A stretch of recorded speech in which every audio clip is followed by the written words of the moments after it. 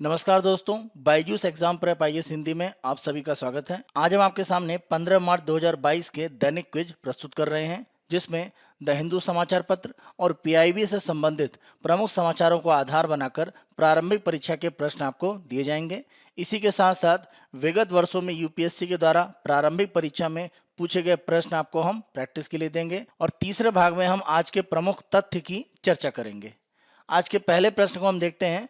विदेशी शत्रुओं को छोड़कर निम्नलिखित में से कौन से मौलिक अधिकार नागरिकों और विदेशियों दोनों के लिए हैं? भारतीय नागरिकों के साथ साथ विदेशियों को जो मौलिक अधिकार प्राप्त हैं वे हैं अनुच्छेद 14, अनुच्छेद 21 और अनुच्छेद 25। यानी अनुच्छेद 19 और 29 विदेशियों को एक तरह से प्राप्त नहीं है।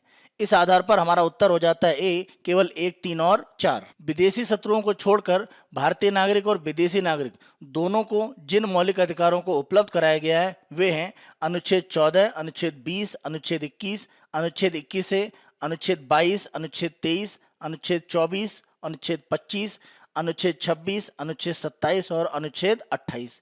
ये भारतीय नागरिक और विदेशी नागरिकों को दोनों को समान रूप से उपलब्ध हैं। यह प्रश्न हमने आपसे इसलिए पूछा है क्योंकि भारत सरकार की तरफ से सॉलिसिटर जनरल तुषार मेहता के द्वारा सुप्रीम कोर्ट में एक तरह से अपील की गई है, सर्वोच्च न्यायालय के द्वारा इस तरह के नियम बनाए जाएं जिनके माध्यम से विदेशी नागरिक स्थानीय अदालतों में राहत के लिए पहुंच सकते हैं। यहाँ पर प्रमुख रूप से कोविड-19 के अंतर्गत जो दिशा निर्देश थे उनका पालन नहीं करने के कारण तबलीगी जमात के जो लोग थे उनके ऊपर प्रमुख रूप से कार्रवाई की गई।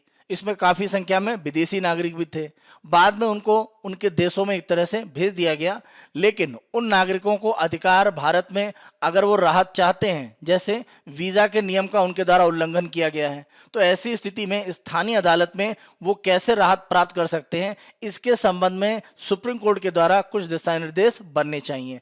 इसी संबंध में सॉलिसिटर जनरल तुषार मेहता के द्वारा सुप्रीम कोर्ट से अपील की गई है। ध्यान रखें, अनुच्छेद 19 प्रमुख रूप से विदेशियों को उपलब्ध नहीं है। इस आधार पर अगर हम देखें तो जो अदालतें हैं वहां तक उनके लिए आसानी से पहुंच नहीं है।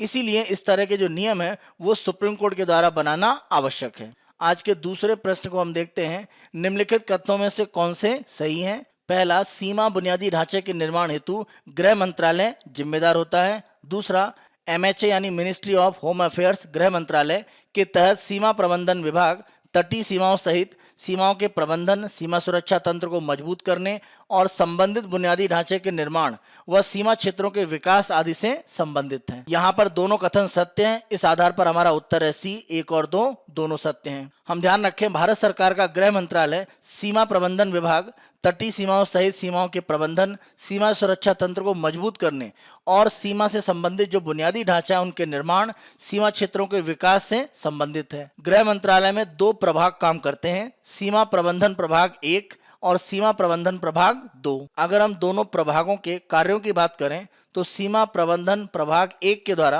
अंतर्राष्ट्रीय सीमाओं के प्रबंधन से संबंधित कार्य किया जाता है। सीमा प्रबंधन प्रभाग 2 की अगर हम बात करें तो अंतर्राष्ट्रीय सीमाओं के प्रबंधन, सीमा क्षेत्र विकास कार्यक्रम, इसी के साथ साथ तटीय सुरक्षा के लिए देश की प्रशासनिक, राजनयिक, सुरक्षा, खुफिया, कानूनी, नियामक और अन्य जो आर्थिक एजेंसियां हैं उनके साथ में समन्वय करके ठोस कार्रवाई प्रमुख रूप से करना इसकी जिम्मेदारी है। इसी के साथ साथ अंतर्राष्ट्रीय सीमाओं पर एकीकृत चेक पोस्ट के निर्माण के लिए भारतीय भूमि बंदरगाह प्राधिकरण की स्थापना के लिए भी इस प्रभाग के द्वारा कार्य किया जाता है। यह प्रश्न हमने आपसे इसलिए पूछा है क्योंकि चीन से लगती जो हमारी सीमा है उस पर 32 नई सड़कों का निर्माण प्रमुख रूप से किया जा रहा है और इसके संबंध में गृह मंत्रालय के द्वारा यह जानकारी उपलब्ध कराई गई है। चीन के साथ लगती सीमाओं पर सड़क निर्माण की जो प्रक्रिया है वो 2 चरणों में शुरू हुई। उसका पहला चरण 2005 में शुरू हुआ, जहां पर वर्तमान में अगर हम देखें तो लगभग 475.29 किलोमीटर की 18 अलग अलग जो सड़कें हैं वो कार्य कर रही हैं और बचा हुआ जो भाग है उसका निर्माण चल रहा है।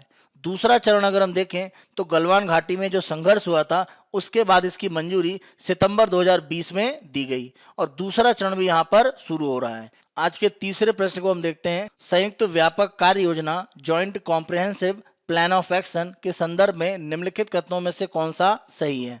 पहला, यह रूस के विरुद्ध पश्चिमी आर्थिक प्रतिबंधों से संबंधित है। इसे P5 देशों और EU यानी यूरोपियन यूनियन के बीच हस्ताक्षरित किया गया था। तीसरा, रूस ने हाल ही में समझौते की शर्तों का उल्लंघन किया है। तीनों कथन अगर हम देखें तो ये JCPOA समझौते के साथ में संबंधित नहीं है। तीनों ही कथन यहाँ पर गलत हो जाते हैं। हम ध्यान रखें, यह समझौता 2015 में प्रमुख रूप से किया गया था और इसका उद्देश्य प्रमुख रूप से यह था कि ईरान का जो परमाणु कार्यक्रम है उसको शांति उद्देश्यों के लिए प्रमुख रूप से आगे बढ़ाया जाए। और इसमें P5 देशों के साथ साथ जर्मनी भी शामिल था। जब हम P5 देशों की बात करते हैं तो ये सुरक्षा परिषद के स्थायी सदस्य हैं, जिसमें USA, UK, चीन, फ्रांस और रूस शामिल हैं। P5+1 के द्वारा ये जो समझौता किया गया था, इससे ईरान का जो परमाणु कार्यक्रम है उसको शांति उद्देश्यों के लिए आगे बढ़ाने का प्रयास था। इस आधार पर JCPOA समझौता प्रमुख रूप से ईरान के साथ में संबंधित है, इसका रूस के साथ में कोई संबंध नहीं है। इस आधार पर हमारा उत्तर हो जाता है डी। यह प्रश्न हमने आपसे इसलिए पूछा है क्योंकि ईरान के विदेश मंत्री रूस का दौरा करने वाले हैं, क्योंकि इसके माध्यम से जो भी वार्ताएं अभी रुकी हुई हैं उनको आगे बढ़ाने का प्रयास है। हम ध्यान रखें, JCPOA का जो समझौता 2015 का है उस पर पुनः एक तरह से बैठकें पिछले 10 माह से चल रही थी और 5 मार्च को रूस ने बैठकों को एक तरह से रोक दिया, क्योंकि रूस एक गारंटी चाहता है कि यूक्रेन पर रूस के हमले के कारण जो पश्चिमी देशों के जो प्रतिबंध हैं उससे ईरान और रूस का जो व्यापार है उस पर कोई प्रभाव नहीं पड़ना चाहिए। आज के हम अपने चौथे प्रश्न को देखते हैं। PM स्वनिधि योजना लाभ हेतु प्रारंभ की गई है। इस योजना को स्ट्रीट वेंडर्स के लाभ के लिए प्रारंभ किया गया था। इस आधार पर हमारा उत्तर सही है सी। यह प्रश्न हमने आपसे इसलिए पूछा है क्योंकि वित्त मंत्रालय के द्वारा यह सूचना दी गई है कि 28 लाख से ज्यादा स्ट्रीट वेंडर स्वनिधि योजना में लाभ प्राप्त कर चुके हैं। इस योजना को 1 जून 2020 को भारत सरकार ने स्ट्रीट वेंडर्स को लाभ देने के लिए प्रारंभ किया था। PM स्वनिधि योजना को अगर हम विस्तारित करें तो PM street vendor Atmanirbhar Nidhi. इस योजना को आवास और शहरी मामलों के मंत्रालय के द्वारा प्रमुख रूप से शुरू किया गया था। इस योजना को प्रारंभ करने का प्रमुख उद्देश्य ये था कि स्ट्रीट वेंडर्स की जो आजीविका है उसको पुनः पटरी पर लाया जाए, क्योंकि कोविड-19 में लॉकडाउन के समय इन पर काफी विपरीत प्रभाव पड़ा और इसीलिए इस PM स्वनिधि योजना के माध्यम से किफायती कार्यशील जो पूंजी है वो ऋण के माध्यम से स्ट्रीट वेंडर्स को देने के लिए इस योजना में प्रावधान किया गया है। यह योजना केंद्रीय क्षेत्र की योजना है, यानी यहाँ पर जो भी एक तरह से धन की आवश्यकता है वह पूर्णतः केंद्र सरकार के द्वारा पूरी की जाएगी। इस योजना में जो भी ऋण की राशि है वो सीधे ऋणदाता संस्थाओं द्वारा जो लाभार्थी हैं उनको एक तरह से जारी की जाएगी, यानी लाभार्थियों को संवितरण के लिए राज्यों को कोई धनराशि जारी नहीं की जाएगी। सीधे ऋणदाता संस्थाओं के माध्यम से स्ट्रीट वेंडर्स जो इससे लाभ लेना चाहते हैं उनको धनराशि प्राप्त होगी।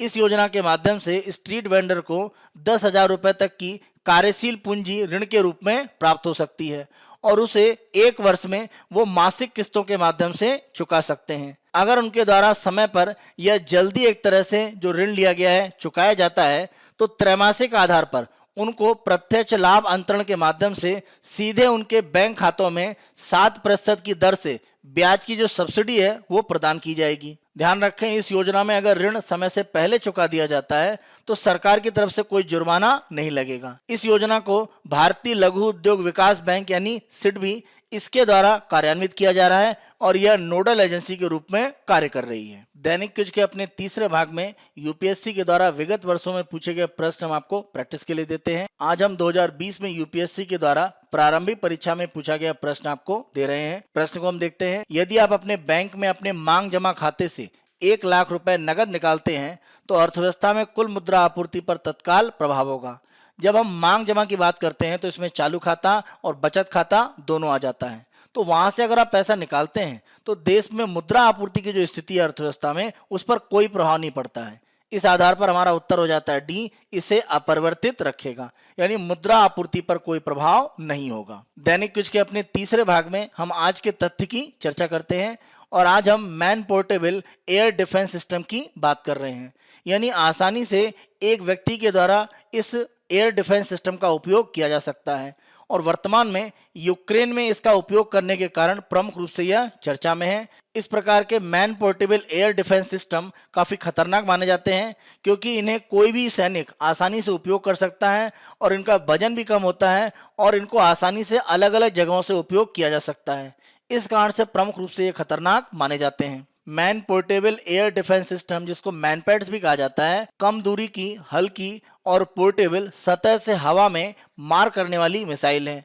इन्हें विमान या हेलीकॉप्टर को नष्ट करने के लिए एक व्यक्ति या छोटे समूह द्वारा उपयोग किया जा सकता है। इस प्रकार के मैनपैड्स के माध्यम से सैनिकों को हवाई हमले से बचाने में मदद मिलती है और कम उड़ान भरने वाले यानी नीचे एक तरह से उड़ान भरने वाले जो भी विमान है, चाहे हेलीकॉप्टर हो या फाइटर प्लेन हो, उनको एक तरह से निशाना बनाने में यह काफी प्रभावी माना जाता है। मैनपैड्स की तरह ही मैनपैट होते हैं यानी man portable anti tank system.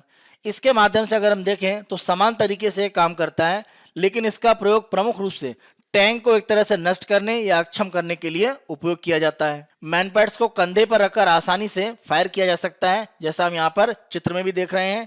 इसी के साथ साथ इसको जमीनी वाहन के ऊपर से लॉन्च किया जा सकता है, किसी तिपाई यानी ट्राइपॉड के ऊपर रखकर और एक स्टैंड के ऊपर वहां से किया जा सकता है, हेलीकॉप्टर से या किसी नाव से भी एक तरह से इसका उपयोग किया जा सकता है। इसका वजन 10 से 20 किलोग्राम के बीच में होता है और 1.8 मीटर से अधिक ये लंबा नहीं होता है। इसीलिए अन्य प्रकार की जो विस्तृत हथियार प्रणालियां हैं उनकी तुलना में ये काफी हल्के माने जाते हैं और व्यक्तिगत सैनिक को आसानी से संचालित करने की स्थितियां बनती हैं, इसीलिए ये काफी खतरनाक हो जाते हैं।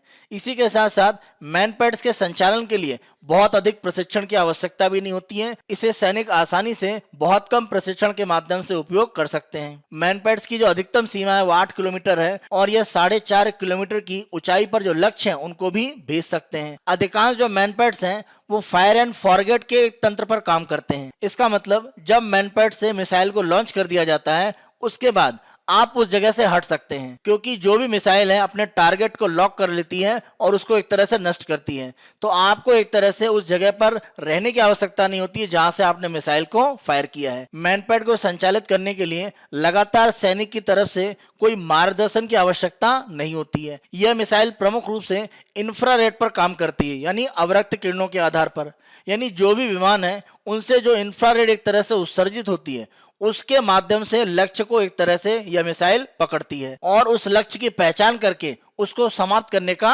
कार्य करती है। मैनपैड्स के अगर हम अलग अलग प्रकार देखें तो सबसे ज्यादा प्रसिद्ध अमेरिका का स्टिंगर मिसाइल है, जिसे प्रमुख रूप से माना जाता है कि यूक्रेन में अभी सप्लाई किया जा रहा है जिससे वो रूसी सेना का सामना कर सके। इससे पहले अगर हम देखें तो अफगानिस्तान पर जो सोवियत संघ का हमला हुआ था वहां पर जो मुजाहिदीन एक तरह से लड़ाके थे उनको भी ये स्टिंगर मिसाइल अमेरिका के द्वारा दी गई थी। रूस के द्वारा भी मैनपैड बनाया गया है जिसको इग्ला मैनपैड के नाम से जाना जाता है। ब्रिटेन का स्टार स्ट्रैक, स्वीडन की तरफ से RBS-70 मैनपैड और चीन की तरफ से FN-6 मैनपैड्स अगर यूक्रेन में पहुंचते हैं तो यह खतरनाक स्थिति है, क्योंकि यूक्रेन में अवैध हथियार का एक बड़ा बाजार है और माना जाता है कि जो संगठित अपराध हैं वहां तक एक तरह से इस प्रकार के जो मैनपैड्स हैं वो पहुंच सकते हैं और ये आगे चलकर एक खतरनाक स्थिति बन सकती है। इसी कारण से प्रमुख रूप से यूक्रेन में अमेरिका के द्वारा जो स्टिंगर मिसाइल सप्लाई की जा रही है उसका एक विरोध भी किया जा रहा है। यह हमारा 15 मार्च 2022 का दैनिक क्विज है। आने वाले दिनों में अन्य दिनों के दैनिक क्विज हम आपको इसी तरह से उपलब्ध कराते रहेंगे। Byju's exam prep IAS Hindi को आप बहुत अधिक पसंद कर रहे हैं। अधिक से अधिक संख्या में लाइक, शेयर और सब्सक्राइब करना ना भूलें। धन्यवाद।